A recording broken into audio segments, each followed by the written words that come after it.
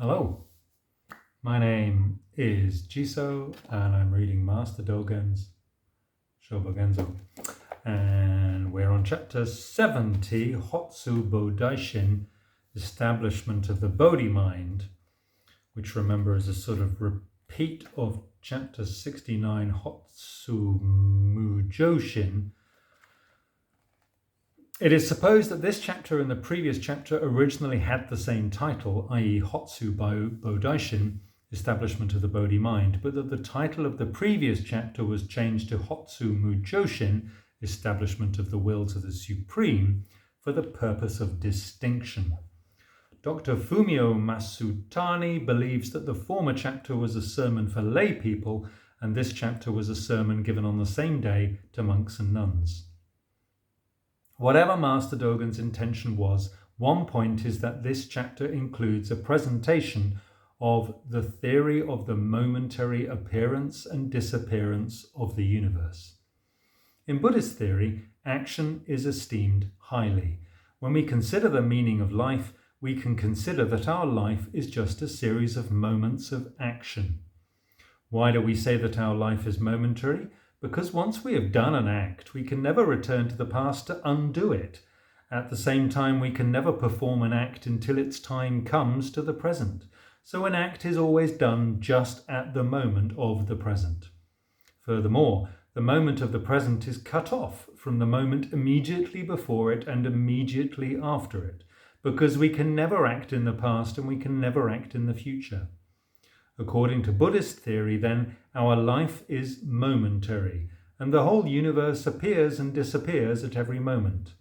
This theory, also known as the theory of instantaneousness, is important in resolving the conflict between human freedom and the law of cause and effect, that is, free will versus determinism. In this chapter, Master Dōgen clearly explains the theory. Quite a few footnotes in this these first few lines. So we'll just get into that. In general, there are three kinds of mind. The first, citta, which he has as attending, observing, thinking, reflecting, imagining, thought, intention, aim, wish, memory, intelligence, reason. One person on the internet described citta as a balance between ego, superego, and id. I don't know about that. Is the thinking mind. So the first citta is here called thinking mind. The second, hridaya, brushing up on my Sanskrit here, is the heart, or the region of the heart, as the seat of feeling and sensations. To get in touch with your heart is another way of thinking about hridaya. The second, hridaya, is here called the mind of grass and trees. Okay, and the third, vriddha, which he says has grown, become larger or longer or stronger, increased, augmented, great, large, grown up, full grown, aged, old, senior, experienced, wise, is the instinctive mind, the wisdom that has always been there. The third, vriddha, is here called experienced and concentrated mind. So we've got these three types of mind. Citta, which is our ordinary thinking mind. Hridaya, which is our heart, which Dōgen calls the mind of grass and trees, and vriddha, which is our inner wisdom, our instinct, our the intelligence that we were born with. Among these, the Bodhi mind is inevitably established relying upon thinking mind. Bodhi is the sound of an Indian word. Here it is called the truth. And then another footnote there for the truth. The Japanese symbol is Do, or in Chinese Dao, literally means the way. In some cases, Do represents the Sanskrit Sanskrit marga, as in the fourth noble truth. Dōtai from the Sanskrit marga satya. But in Shōbōgenzō, Do usually represents the Sanskrit Bodhi, which means the truth or the state of the truth. And note that the Sanskrit English dictionary that Dōgen has used defines Bodhi as perfect knowledge or wisdom by which a person becomes Buddha, the illuminated or enlightened intellect. In Shōbōgenzō, however, wisdom is not intellectual. It is the harmonized state of the body-mind in Zazen. It's not a means to an end, but is complete in itself. Okay, so that's all the truth. Chitta is the sound of an Indian word, Sanskrit. Here it is called thinking mind. Without this thinking mind, it is impossible to establish the Bodhi-mind. That is not to say that this thinking mind is the Bodhi-mind itself, but we establish the Bodhi-mind with this thinking mind. To establish the Bodhi-mind means to vow that and to endeavour so that before I myself cross over, I will take across all living beings. By crossover, he means to be delivered, to attain the truth. Even if their form is humble, those who establish this mind are already the guiding teachers of all living beings. This mind is not innate, and it does not now suddenly arise. It is neither one nor many. It is not natural, and it is not formed. It does not abide in our body, and our body does not abide in the mind. This mind does not pervade the Dharma world. It is neither of the past nor of the future. It is neither present nor absent. It is not of a subjective nature. It is not of an objective nature. It is not of a combined nature, and it is not of a causeless nature. Nevertheless, at a place where there is mystical communication of the truth, establishment of the Bodhi-mind occurs. Footnote for the mystical communication of the truth means the empathy between a master and a disciple. In other words, that communication that goes on when you're in interview. It is not to be conferred upon us by the Buddhas and Bodhisattvas, and it is beyond our own ability. Establishment of the mind occurs during mystical communication of the truth, and so it is not inherent. This establishment of the Bodhi-mind is most often able to occur in a human body on the southern continent of Jambudvipa. Rarely, it also occurs in the 8 troubled worlds, but not often. The 8 troubled worlds, I can think of some names of places that might be included, but it's hell, the animals, the hungry ghosts, the gods in heaven with interminable long lives, remote or barbarian countries. Again, I could think of some names. Loss of power of the senses, pretentiousness and absence of the Buddha. It's a great list. After establishing the Bodhi-mind, we do training for 3 Asamkhaya kalpas or for 100 great kalpas. In some cases, we practice for countless kalpas and become a Buddha. In other cases, we practice for countless kalpas to make living beings cross over before us. Finally, not becoming a Buddha ourselves, but only taking across living beings and benefiting living beings. This accords with the attitude of delight in Bodhi. In general, the Bodhi-mind ceaselessly operates through the 3 forms of behavior, that is, footnote, behavior of body, mouth and mind, so that all living beings may somehow be caused to establish the Bodhi-mind and be led to the Buddha's truth. Vainly to confer worldly pleasures is not to benefit living beings. This establishment of the mind and this practice and experience have far transcended the facade of delusion and enlightenment, have risen above the triple world and have surpassed all things. They are quite beyond Shravakas and Pratyeka Buddhas.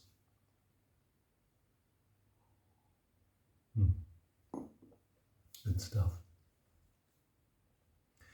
Bodhisattva Maya Kasyapa praises Shakyamuni Buddha in verse, saying, establishing the mind and the ultimate state The two are without separation. Of these two states of mind, the former mind is harder to realize. It is to deliver others before attaining one's own deliverance. For this reason, I bow to your first establishment of the mind.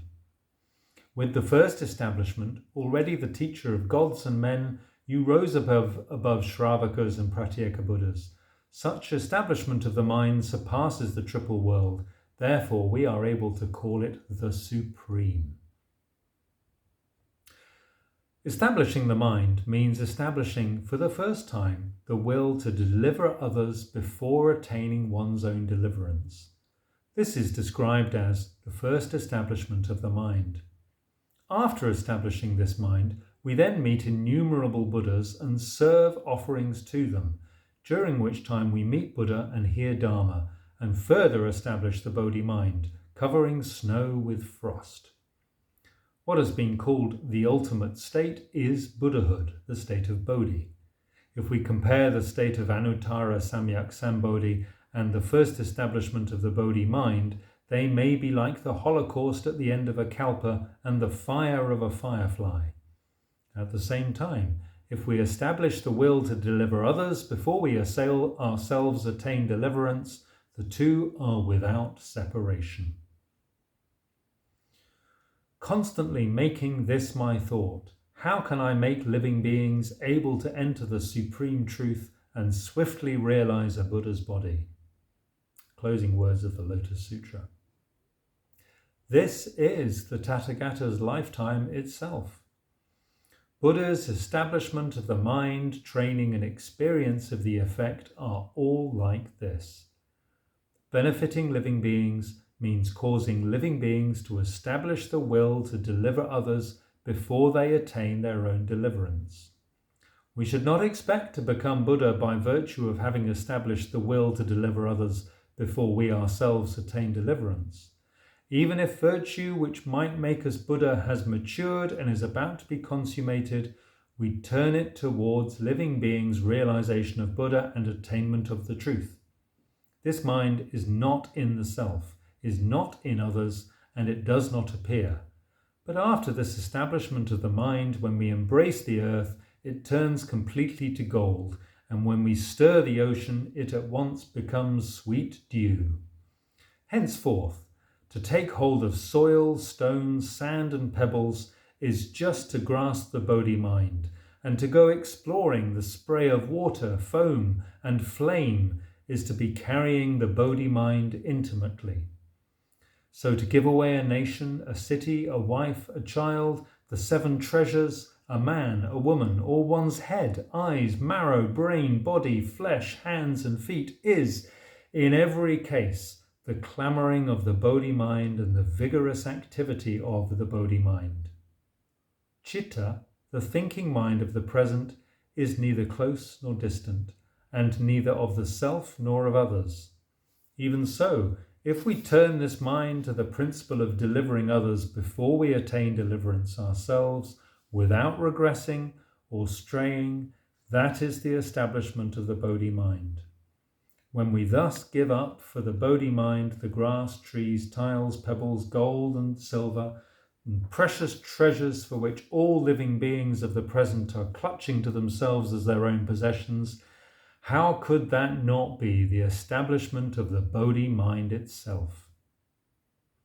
Because mind and real dharmas are both beyond subject, object, combination and causelessness, if we establish this Bodhi-mind for a single kasana, the myriad dharmas will all become promoting conditions. Footnotes, a single kasana, a noun which means a moment or an instant, means in a moment or instantaneously. And become promoting conditions means to add on, to increase, to promote, to go above, to advance, to improve, to make a connection, indirect or cooperating cause or favourable circumstances. And there's lots more Sanskrit.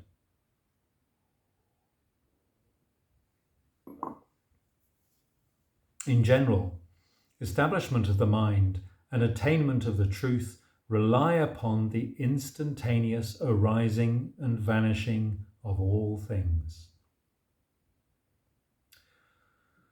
Arising and vanishing, appearance and disappearance in a kasana.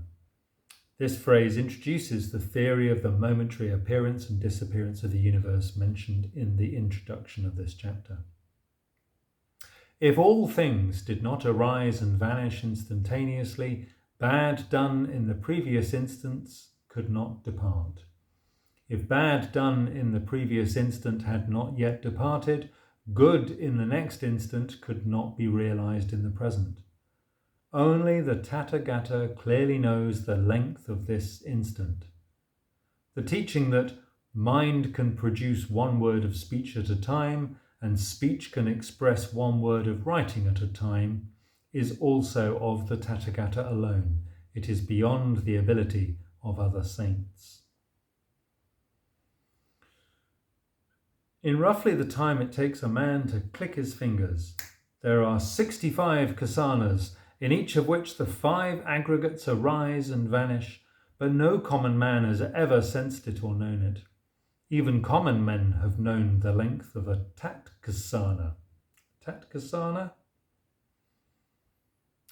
Which means constant. It's thought to be a misprint of tan, which represents the sound of the Sanskrit tat as a unit of measurement. The Sanskrit tat kasana literally means the moment or a definite period of time is equivalent to 120 kasanas.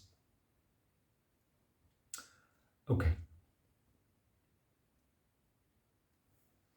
Because they do not sense it or know it, they never... Sorry, have I read that one already? No. In the passing of one day and one night, there are 6,400,099,980 kasanas, in each of which all 5 aggregates arise and vanish. But common men never know it, never sense it or know it. Because they do not sense it or know it, they do not establish the Bodhi-mind. Those who do not know the Buddha-dharma and do not believe the Buddha-dharma do not believe the principle of instantaneous arising and vanishing. One who clarifies the Tathagata's right Dharma eye treasury and the fine mind of nirvana inevitably believes this principle of instantaneous arising and vanishing. Meeting now the Tathagata's teaching, we feel as if we clearly understand, and we are merely aware of periods of a tat kasana or longer, and we only believe the principle to be true. Our failure to clarify and failure to know all the dharmas that the world-honoured one taught us, like our failure to know the length of a kasana, students must never carelessly become proud. We are not only ignorant of the extremely small, we are also ignorant of the extremely large, and yet even ordinary beings, when we rely on the power of the Tathagata's truth, see the 3,000-fold world. There's a footnote there, Sanzenkai, the whole world of 1 billion, or 1,000 to the power of 3, constituent worlds. Okay. In sum, as we pass from living existence into middle existence, and from middle existence into the next living existence, all things move in a continuous process, kasana by kasana.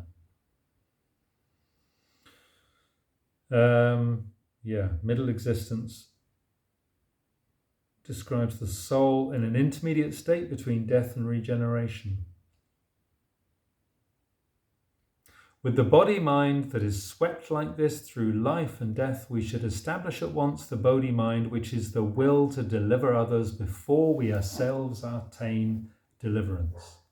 Even if, on the way to establishing the Bodhi-mind, we begrudge the body-mind, it is born, grows old, becomes sick, and dies in the end. It is not our possession.